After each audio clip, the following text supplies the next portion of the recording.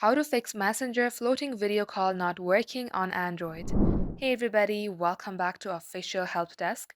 In today's video, I'm going to show you how you can fix your problem. So without any further ado, let us jump right into the process.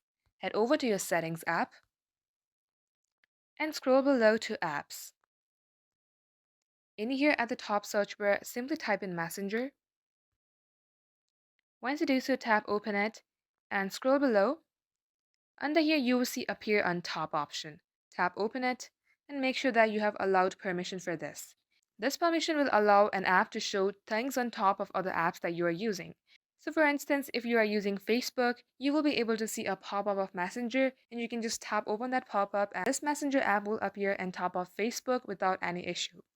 Here, tap on Picture-in-Picture option and also allow permission for this. When you toggle on this option, it will create a picture-in-picture window while the app is open or after you leave it.